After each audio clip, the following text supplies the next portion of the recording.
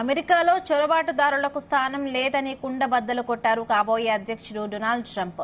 సరిహద్దు భద్రతపై జాతీయ అత్యవసర స్థితిని ప్రకటించేందుకు ట్రంప్ సిద్ధంగా ఉన్నారని పేర్కొంటూ ఓ వ్యక్తి ట్రంప్ సోషల్ మీడియా వేదిక ట్రూత్ సోషల్లో పోస్ట్ చేశాడు.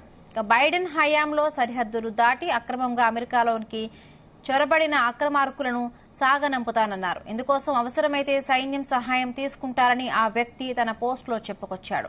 దీనికి రీపోస్ట్ చేసిన డొనాల్డ్ ట్రంప్ ట్రూ అని కామెంట్ పెట్టారు.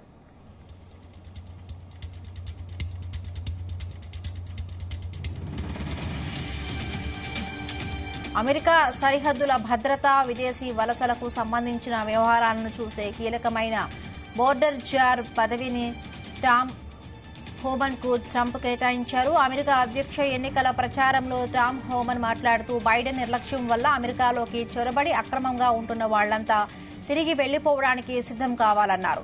ఇప్పుడే లగేజీ సర్దుకోవడం మొదలు పెడితే బెటర్ అని కామెంట్ చేశారు. ఇటువంటి అభిప్రాయం కలిగిన వ్యక్తికి బోర్డర్ జార్ పదవిని ట్రంప్ కట్టిపెట్టారు.